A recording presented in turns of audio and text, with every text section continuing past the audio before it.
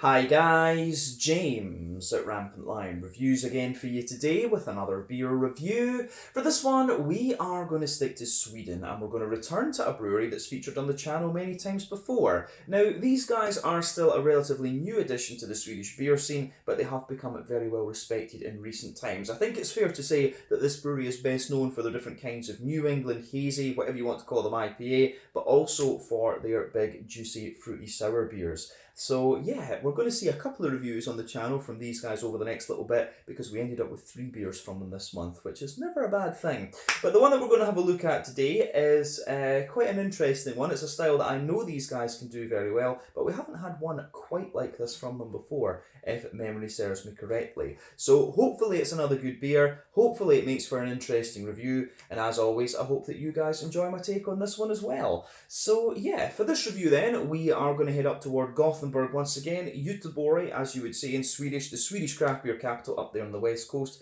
There's your Gothenburg catchphrase because channel tradition. But for this review, we are going to return once again to the wonderful DuckPond Brewing.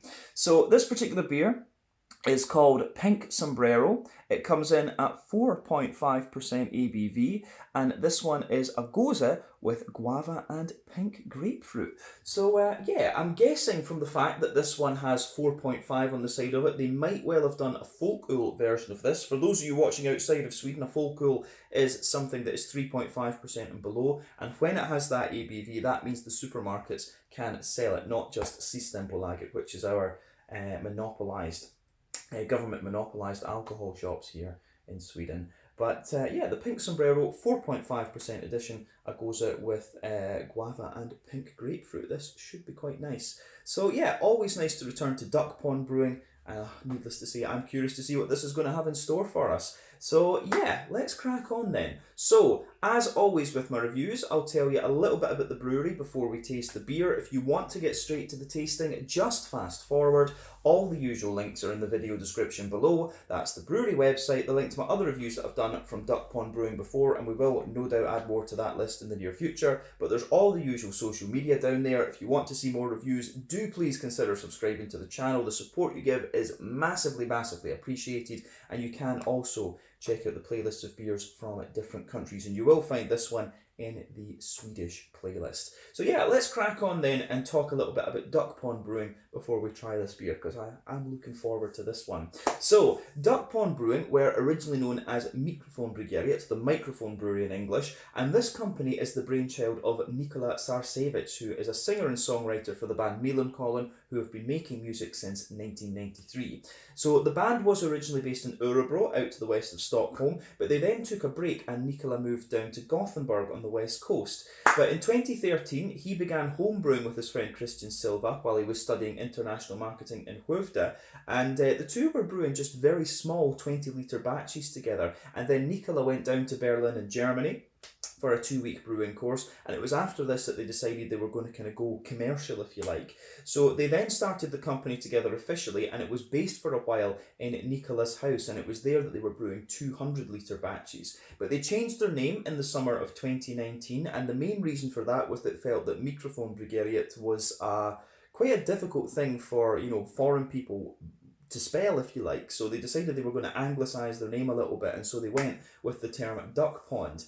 But that year, when they changed their name, I should say, they produced around 70,000 litres, and the other thing to point out is that these guys are also one of the co-owners of the Wizard Brewing brand, along with Morgendagens, who are also based in the Gothenburg area. But originally they were producing most of their beer at Popels Bryggeri and at Odd Island. They do now have their own premises at Kungston, and I believe they still brew the wort and things at other breweries and then transport it in and then let it age there. So that is something to point out about this. I think they are going to expand their own brewery in Kungston a little bit later on.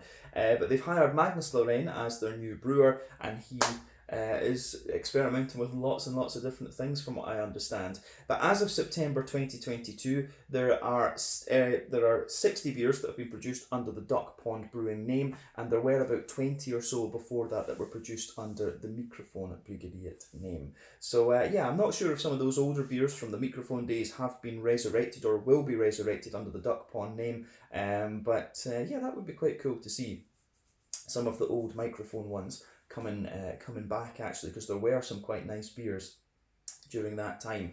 But yeah, that is all I can really tell you about DuckPond Brewing for the moment. As I said to you, this brewery is best known for their different kinds of, you know, New England hazy IPAs, but also for their also for their kind of big fruity juicy sour beers like this one, the Goses, the Berliner Weisses, and so on. But yeah, if you want to learn more about DuckPond Brewing, you can of course check out the brewery website. You can follow them on all their different social media. You can check out some of my older reviews, and if you want to learn about the beers, then I would recommend you take a look at their Untappd page.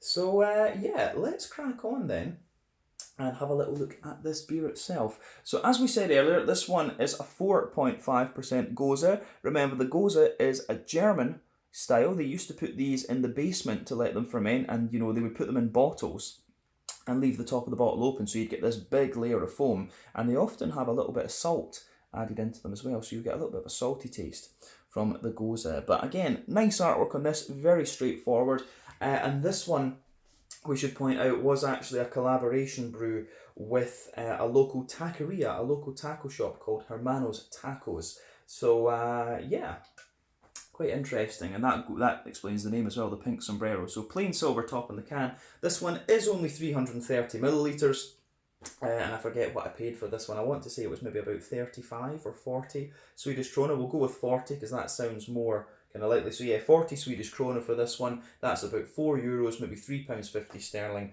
$4.50 American for this. But yeah, let's crack this guy open and we'll see what we get then. A pink guava, a pink grapefruit and guava sour, I should say. This should be quite interesting. Both quite bright fruits, needless to say. So let's look at this. This does look pretty nice. Now the thing I love about these sour beers is that quite often they are quite straightforward in their aroma and flavour profiles, but they just tend to be very, very nice actually. So yeah, the way that this goes together, I'm hoping will be very, very nice. So as you can see with this one then, we did pour it a bit aggressively, to be fair, we should say that, but you can see that the beer has poured with about 1.5 fingers of a frothy, I would say, cream coloured head. So yeah, cream coloured head on this one. Yeah, you can see lovely small bubbles there, 1 or 2 big ones sticking toward the bottom of the glass, a few little ones going up toward the bottom of the head there. Overall, it does look pretty nice. Yeah, I like how that kind of goes together. The colour of this one is quite interesting. I actually would have expected it to be a little bit more kind of reddish or something, but hey ho. So yeah, colour wise, this one's actually almost like a kind of peach.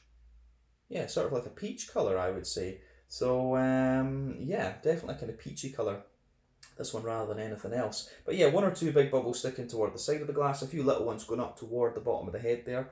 But yeah, nice kind of peachy colour. Remember, the colour of these beers depends on 1, the type of malts that you use. This goes a long way to determining your EBC rating. 2, the length of your wort boil is also going to play a role, because the longer you boil the wort, the more the sugars caramelise, and thus you get a darker colour of beer.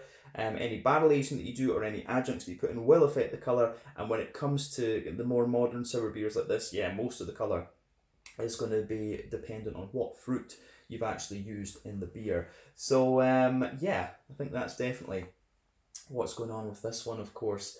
But yeah, it looks pretty good, I have to say. I don't think we need to say anything else about the appearance of this one. The level of haze that you get in this beer is, of course, mainly due to the oats and the wheat, and I guess the yeast is going to contribute to that as well. But certainly not the haziest of sours we've come across. But yeah, it looks good. This is the appearance that you get from this one is what you would expect when you consider what type of beer it is. So let's take a closer look at the aroma and just see what we get with this.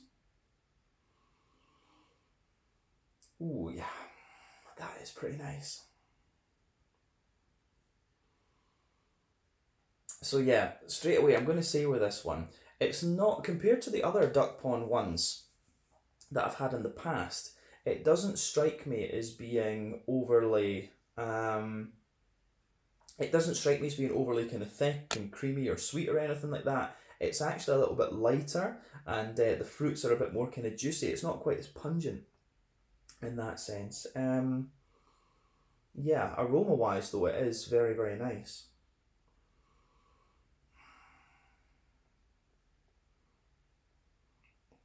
yeah, I think that's pretty interesting. That the fruits, I'll say, do have a little bit of kind of sharpness and zippiness to them, which is quite interesting.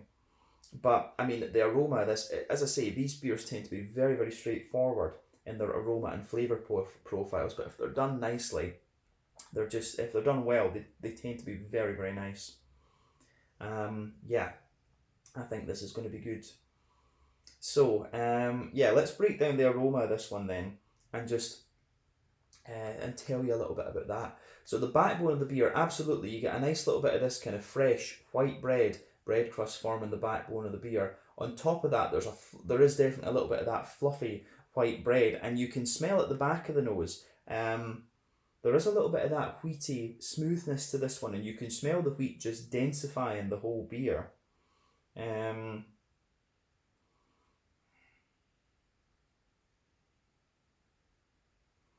Yeah, so you can smell really smell the wheat just thickening out the whole beer. But on top of that, I'm also getting quite a lot. I'm actually getting quite a lot of the nice kind of oaty, creamy character coming out of this one, which is great. Um, yeah, the nice kind of oaty, creamy notes coming out of this one are pretty awesome. It's actually, I mean, you get this typical. I always find with these beers, you tend to quite often get this sort of yogurty. Um, yeah, you tend to get this sort of yogurty, petit filou type thing out of them. So you're getting a little bit of that in this one. You can smell with the oaty creaminess. There's a little bit of vanilla in there. Um, yeah, there's definitely a little bit of vanilla in there, and also a little bit of you just get that little bit of yogurty character out of it, which is quite interesting. I'm also getting a little bit of a kind of crackery. Um, I'm also getting, yeah, a little bit of a kind of crackery Jacob's cream cracker note out of this one. The further into the aftertaste they go, you can just smell a little touch of dryness mixing in with the wheat and the bread in this one. But yeah, lovely big kind of creamy yogurty notes from the oat, little bit of vanilla. Um, yeah, the aroma that you get out of this. The aroma that you get out of this beer is very, very nice actually. Um, yeah, I like this. Um, I don't think there's anything else we need to say about the malty backbone of this one. Then, when it comes to the sort of green component of the beer, and remember that quite often these kind of more modern sour beers don't have hops in them. Some do, some don't. But quite often what happens is that if you put hops in these beers, it takes away from the sour and the fruity side of things a little bit. Although you can argue that putting a little bit of hop in, if you put older hops in, it is going to give the beer a little bit more kind of flavour complexity. But with this one, you certainly get a nice little bit of kind of floral and grassy character out of it, which I quite enjoy, I have to say. I think that is quite nice with this one. Um, yeah, so aroma wise, I think this is I think this is very, very nice. Yeah, I think you get a little bit of that. It's like, I think with this one you can smell from the smoothness of it. I don't think there's hops being added into this one, but yeah, you do get a little teeny bit of. You can smell like a sort of wet, smooth grassiness out of this one, and a little bit of floral character in there as well. Yeah, nice little bit of grassiness, nice little bit of floral character, and it is quite smooth for sure. But the thing you'll notice with this one, of course, the focus should be on the fruit. The fruit with this beer, the guava and the pink grapefruit, both of these are very ripe and very green smelling fruits, if that makes sense. So the guava, I know these fruits fairly well because you get them from some of the different hops and things like that. I've had a few guava sours in the past which have been very, very nice. But you can smell the green. I always think guava is almost like a very, very kind of green mango, and you can smell that just kind of behind the pink grapefruit. I think the pink grapefruit is the one that's coming out a little bit further forward on the nose, and you can smell both of them. They're very, very bright, very green, very ripe smelling fruits. I think this I think this goes together very, very nicely actually, so it gets a big thumbs up from me, I have to say. um, yeah, aroma wise, I think this is pretty solid, I have to say. So yeah, as I say, a big thumbs up from me. Yeah, as I always say, take a little bit of time to enjoy the aroma of the beers before you get stuck into them. But I think it is about time that we try this one then. So this is the Pink Sombrero 4.5% ABV edition from DuckPond Brewing, based in the Gothenburg area, Göteborg, here in Sweden. It smells like it's going to be very nice. Slange, skål, cheers.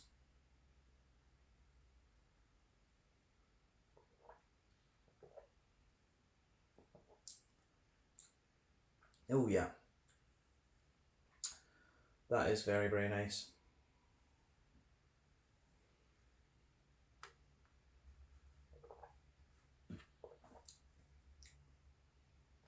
Yeah. That gets a big thumbs up from me once again. You know, DuckPond don't tend to let us down when it comes to these kind of big sour beers. So yeah, this is just really, really well done. You can't ask for much more. And there are quite a few Goses and Berliner Weisses and fruit sour things out there these days. But yeah, this is pretty damn good. So as I say, big thumbs up to DuckPond for this.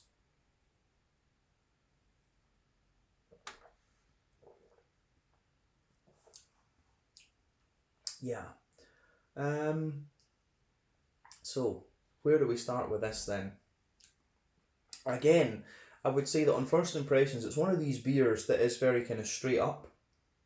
It is one of these beers that is very, very kind of straight up in its sort of flavour profile. It's not madly complex, but it's just really nicely done. And again, you can't ask for much more than that.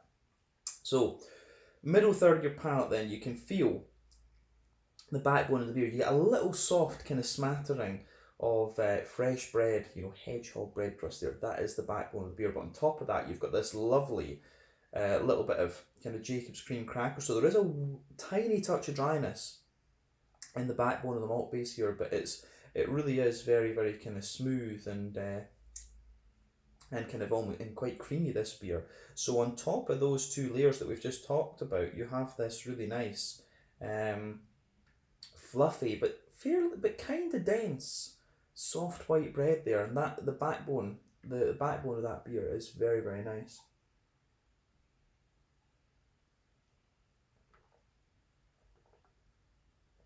So yeah, as I say, the bready backbone of this beer is actually, it feels a little bit different actually, but I do think it's very nice. Just a little bit more dense, but still quite fluffy. On top of that, you can feel that on top of that kind of barley malt bread layer, you can feel the wheat layer just thickening out the beer there. So you get a little layer of density, and then on top of that, you're getting the nice kind of oaty creaminess coming out of this one. So in the dead centre of your palate, you get that lovely, oaty creamy note. Toward the front of that middle third of your palate, there's a bit more of that kind of vanilla-y, yogurty type note to the beer, which I enjoy.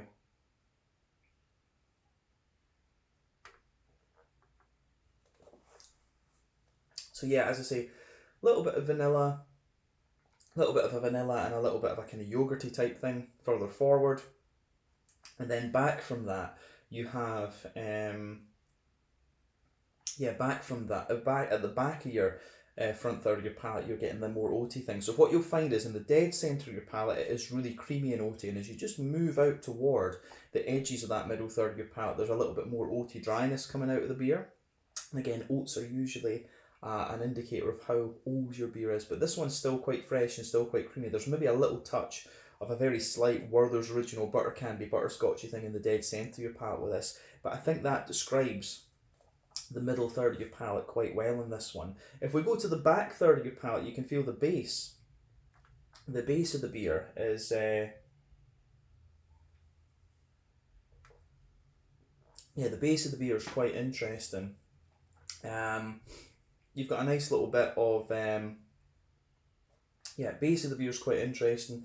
You do have a nice little bit of bread crust in there. So yeah, nice little bit of bread crust in the base, and that's a little bit more.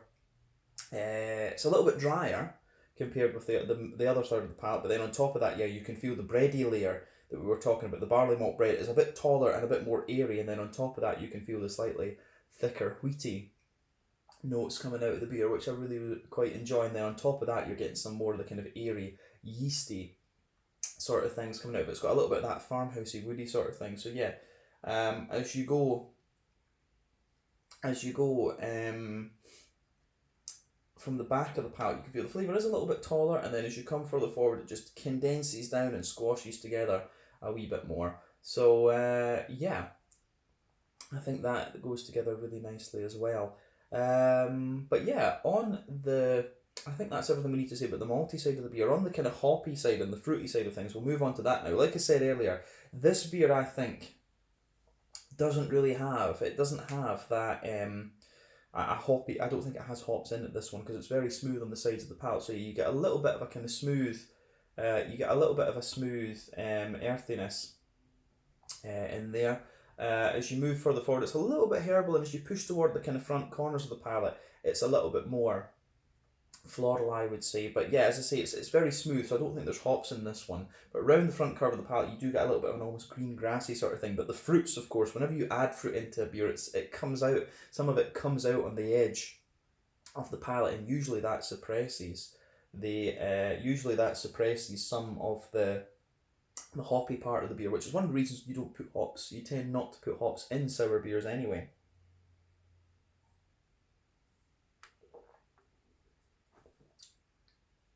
But yeah, on the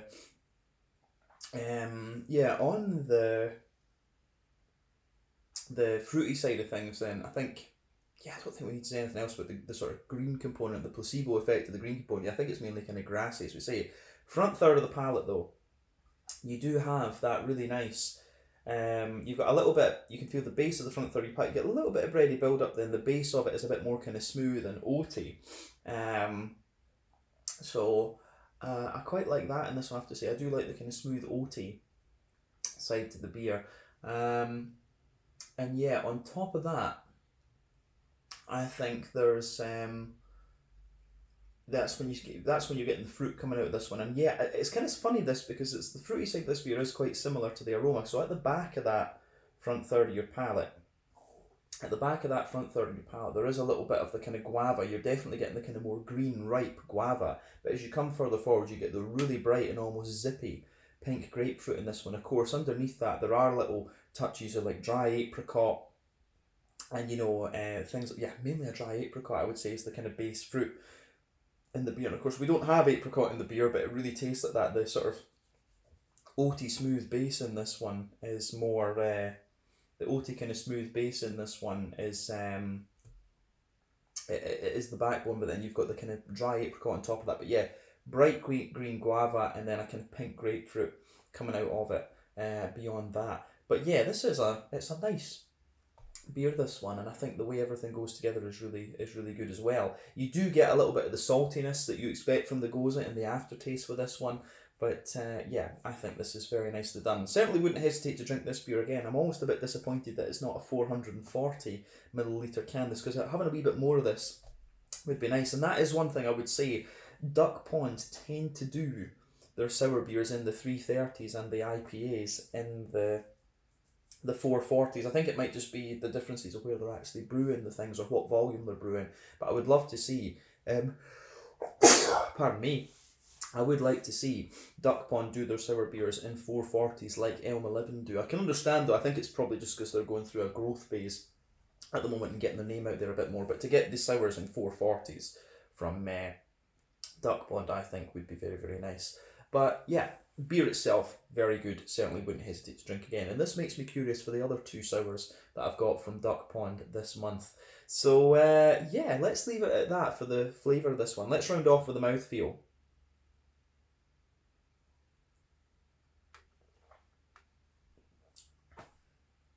Yeah, this one for me, a mid-bodied beer. It's kind of the mouthfeel you'd expect for this. But as I said earlier, not one of the thickest sour beers that I've had from, definitely not one of the thickest sour beers I've had from DuckPond Brewing, but still very, very nice. On the, in terms of its creaminess, this one, it's not the thickest and creamiest one. It's actually a very smooth sour beer, this one. It's almost a little bit like a smoothie sour in some ways, but I like it. I do like this one. In terms of IBUs, I think technically speaking, this one will have 0 IBUs, but there will be 5 or so in there. Lovely little bit of smooth yeah, lovely little bit of smoothness to the mouthfeel, a little bit of a sweetness in there, and then you've also got a wee bit of a kind of juicy, fruity character to it as well, which I really enjoy. The fruits in this one have a little bit of zippiness and so on. You've got a little bit of a kind of zestiness. The fruits kind of spread around the front edge of the palate too. We should have said that, so you get a little bit of that going on. But pink grapefruit and guava are of course very ripe feeling fruits, so you get a bit of zip out of this one. But again, another very, very nice sour beer from DuckPond Brewing. Not surprised because I know what these guys are capable of. But yeah, I think we can leave it at that for this one. So yeah, this was the Pink Sombrero, a 4.5% guava and pink grapefruit Gose from DuckPond Brewing in Gothenburg. Once again, thank you for watching my beer reviews. Until the next time, please like, subscribe, share, all the usual YouTube stuff. Let me know your own thoughts on this beer in the comment section below. Let me know what your favourite beers are from DuckPond. And do give me some other beer and brewery recommendations. But thank you for watching. Check out my social media, check out theirs, and I'll see you guys again soon. Slàinte, skål, and cheers.